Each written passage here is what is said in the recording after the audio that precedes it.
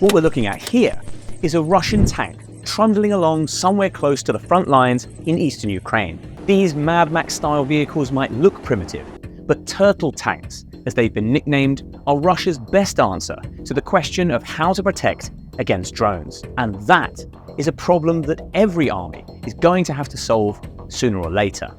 But the question is, are these abominations actually effective? That's an answer that may surprise you. Keep watching as we get under their armour and talk to an expert to find out. Turtle tanks are heavily improvised, so there is no standard design. But at their most simple, they consist of two parts. First, there is the tank itself. This is generally an older Soviet model, like the T-62, 72 or 80, which, unlike the more modern T-90s, are more vulnerable to weapons like drones. Weak spots include the engine, the ring where the turret joins the hull, the top of the turret, and the ammunition, which is sometimes stored inside the turret itself. Second is an armoured shell, a barn-like structure which is placed over the top of the tank to protect most of these weak spots from attack. Crude models are made from a steel frame, which is then clad in metal panels and welded to the tank, providing only basic protection. More sophisticated structures use thicker armour plates, along with an outer mesh or wire layer for added protection. This is a more sophisticated model. Here's the armoured barn placed over the tank turret, which is made of steel plates that have been welded together, and the whole thing has been covered in an intricate wire mesh. There is generally a pillbox-style opening in the front, which allows the gun to poke out and rotate to the left and right, whilst also allowing the gunner and commander to see out. However, on some models, the turret is completely immobilised and the tank cannot shoot, turning it into a heavily armoured troop transport. On top of the shell, the Russians sometimes place electronic jamming equipment, whilst a mine plough is sometimes tacked onto the front. Some of these tanks are used just for mine clearing. This makes the tank considerably heavier, sometimes adding up to 5 tons, which also makes it slow and hard to manoeuvre. You can see the pillbox opening in the front of this tank here, looking out from the commander's point of view, and the gun is sticking out through this wire mesh up here. That means the cannon is completely immobile and has probably been disabled. And the mine plough is down here. The turtle tank shell is primarily designed to protect against drones, both FPVs and the grenade-dropping kind, because these are the biggest threat to tanks on the battlefield at the moment. Fast and accurate, drones overcome most of a tank's traditional defences because they can target its weak points very precisely. Though crude, the shells actually provide several layers of protection. First, they obscure the tank's weak points from the drone's camera. Second, they provide a physical barrier, meaning smaller explosive charges like grenades will bounce off. Third, they create an air gap between the outer shell and the tank inside, which is designed to defeat high-explosive anti-tank or heat charges that are often strapped to FPV drones. Heat charges are moulded into a hollow shape that means when they explode, they create a jet of molten metal that punches through a tank's armour. But the jet is only effective up to a certain distance, after which it peters out. By creating a gap between the outer armour and the tank itself, the turtle shells reduce or nullify this molten jet, even if the jet can easily penetrate the shell itself. Adding wire or mesh to the outside of the shell increases this effect, and also provides some defense against anti-tank rockets like the Javelin, because they use similar heat charges. Placing signal jammers on top also thwarts drones, which require communication between the drone and its pilot to work. The jammers block this signal by broadcasting a more powerful one on the same frequency, causing the drone to lose control. And the mine roller is designed to guard against, you guessed it, landmines. Most anti-tank mines are controlled by a pressure switch, which sets off the explosive when a heavy tank presses it, but not something lighter like a truck or an infantryman. Mine rollers are therefore big and heavy to simulate this weight and positioned out in front of the tank, setting off the explosive but leaving the tank unharmed. Here is a turtle tank leading an attack on the Ukrainian town of Krasnohorivka. We can see the armoured shell covering the top, which appears to be a crude design made out of little more than a frame and some corrugated iron. If we look up here, the Russians have increased this protection by putting a drone jammer on the roof. The turtle tank is hard to miss, but the design is even more stark when you look at the other armoured vehicle just behind it. As the battle starts, the tank immediately shrugs off a hit from what appears to be a Ukrainian cluster munition, possibly a HIMARS rocket. You can see a circle of small bomblets exploding around it here. Then 2 more explosions miss the tank, here and here. It's not clear what caused these blasts, but it is possible they were FPV drones forced off course by the jammer. What we do know is that no drone was able to hit this tank for the duration of its attack, despite them being in heavy use on this section of the front line at the time. The turtle tank is able to maneuver freely through the town and attack Ukrainian positions. It's unclear what happened to the other armoured vehicle, though it may well have been damaged or destroyed because it was less well protected. Certainly, there are a lot of other destroyed vehicles with little or no added protection in the town, showing they are vulnerable to Ukrainian defences. But the turtle tank survives to fight another day and drives back to base. Turtle tanks are a prime example of battlefield innovation and adaptation, an army encountering a previously unknown threat and trying to deal with it as best it can. Sometimes these innovations are top-down, the top brass getting together and coming up with a solution, like the invention of the tank itself by the British in the First World War. But sometimes these innovations are bottom-up, driven by the men on the ground thinking and problem-solving for themselves. This is how the turtle tank came about. The first one appeared in Krasnohorivka back in April, likely created by the men of Russia's 5th Motor Rifle Brigade who were attacking it at the time.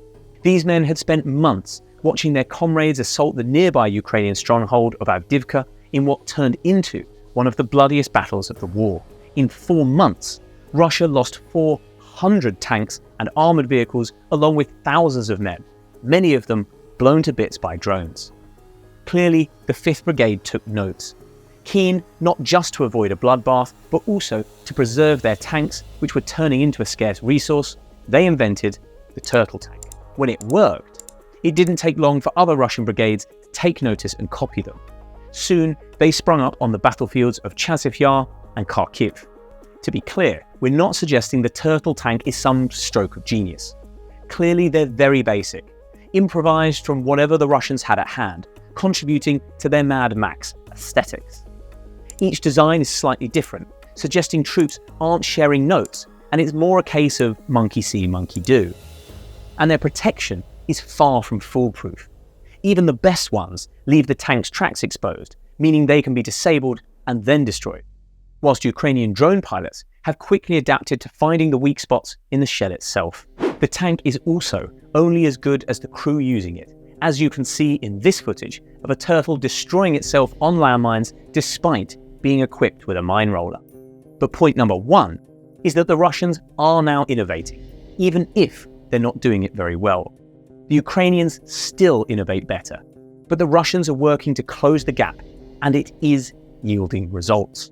Krasnohorivka, where the first turtle appeared, is now under Russian control. And point number 2 is that at some point or other, every military is going to have to come up with their own version of a turtle tank, because all tanks are now vulnerable to drones. Almost certainly they won't look like this, but drones are too big of a threat to ignore entirely.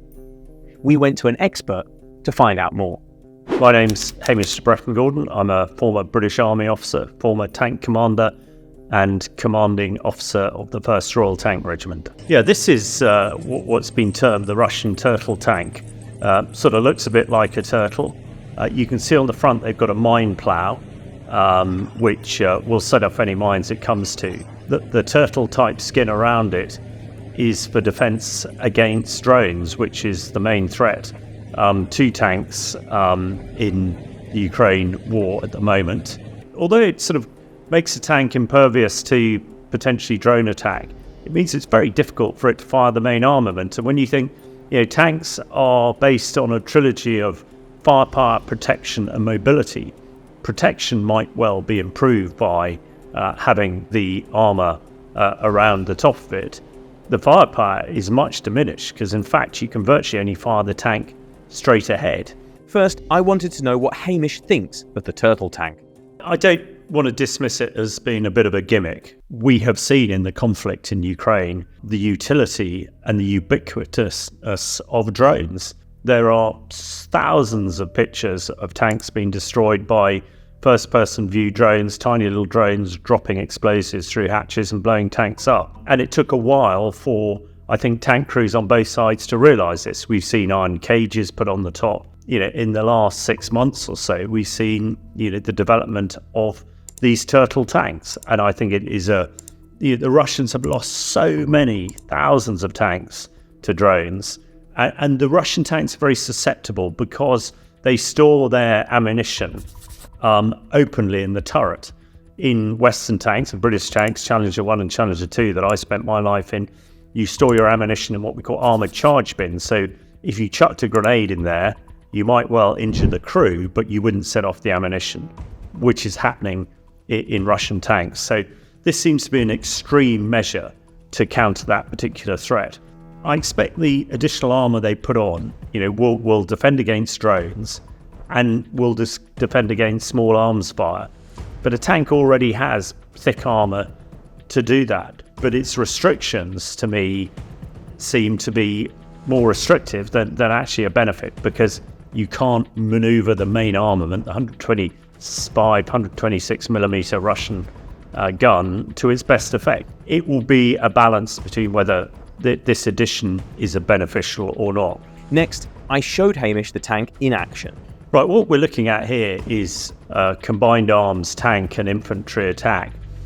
You see the turtle tank leading the advance because they have the protection that infantry don't, or light infantry vehicles.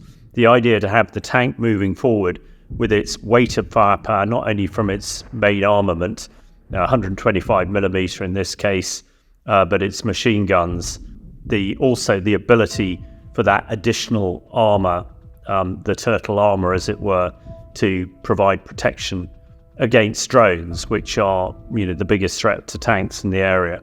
But what interesting thing about this, we talked before about mutual support and about how tanks shouldn't operate in isolation, which is exactly what this turtle tank is doing, because although it's moving all the time, because it's lost its ability to fire on the move, because its main armament is so restricted, actually, it would be pretty vulnerable. Tanks can be used in built-up areas, but they're very vulnerable, and they must be supported by infantry.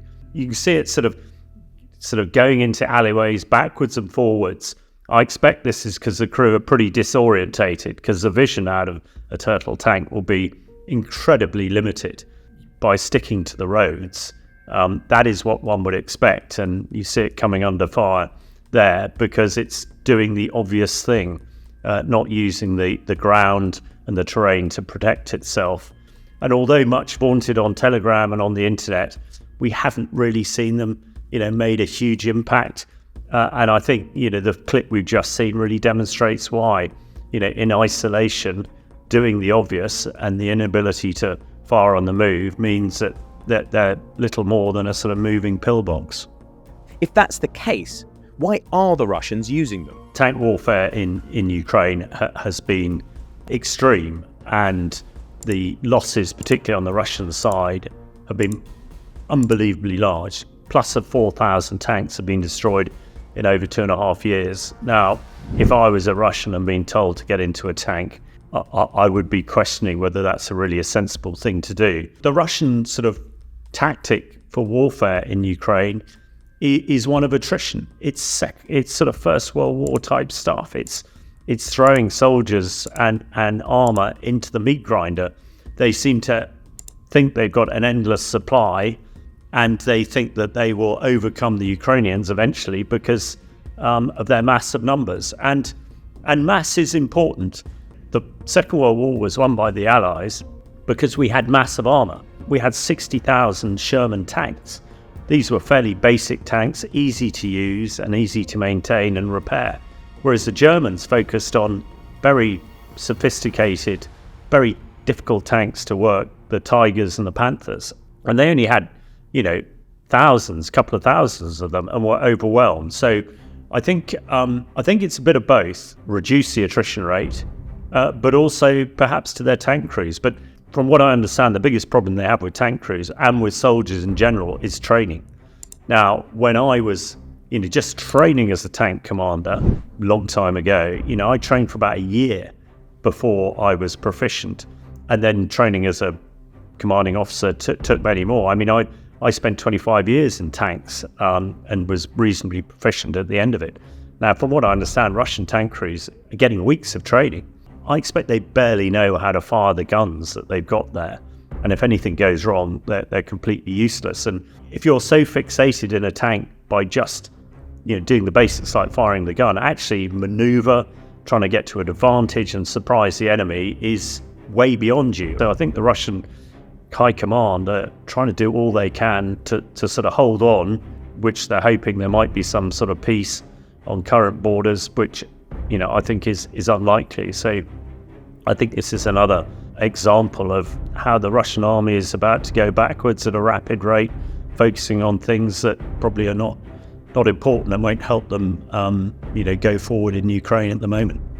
Drones seem like they're here to stay. So what are Western countries doing to protect their tanks? Some of the work being done, particularly at the Defence Science and Technology Lab at Porton Down in this area, is really interesting.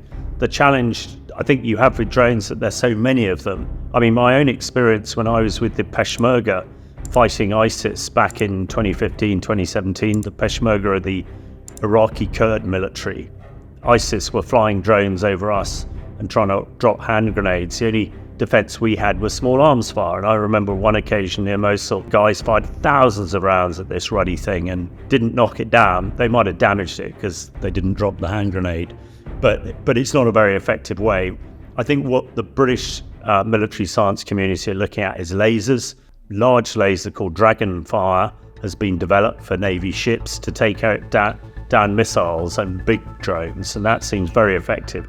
The challenge is at the moment that the missiles that you'd use to take down big drones are really expensive. They're in the hundreds of thousands, not millions of pounds.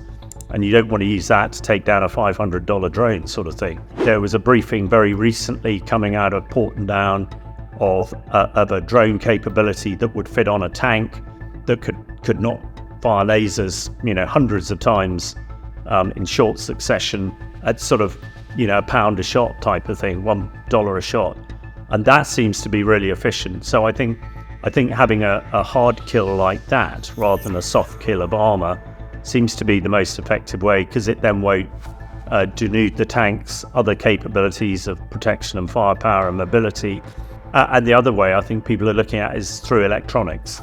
A very interesting detail actually coming out of the Ukraine counter move into Kursk that was led by hundreds of drones, not only attack drones and surveillance drones, but also electronic warfare drones, which sort of blinded the Russian communications, but also blinded their drones. So I would have thought a combination of lasers and electronics to nullify the drones seems to be a more practical way of this threat, rather than putting more and more armour on a tank. And as we've seen with the Turtle tank, it slows it down, it makes a much bigger target, and it reduces its capability of its primary task of firepower. Now the big question: are Turtle tanks a useful innovation, or do they belong in the dustbin of history? When you look at the ergonomics of the Turtle tank, the first German tank in the First World War looked very like a Turtle tank. The Germans only made a handful of them and they weren't very successful. That's over 100 years ago. It seems to be a very crude and a very old-fashioned way of trying to defend against a very modern weapon. And although it might be the only thing the Russians can do, they don't necessarily have the technology, they don't necessarily have the science and research to be able to develop capability quickly. So psychologically, it might well help the Russians, but actually, I think it's a white elephant, and there is no way in the world anybody could convince me to get in a Turtle tank and drive towards an enemy position. Suicide. So I do think it's a bit of a gimmick. That's where this tape stops, but we'll be back soon to play you through another episode of War on Tape.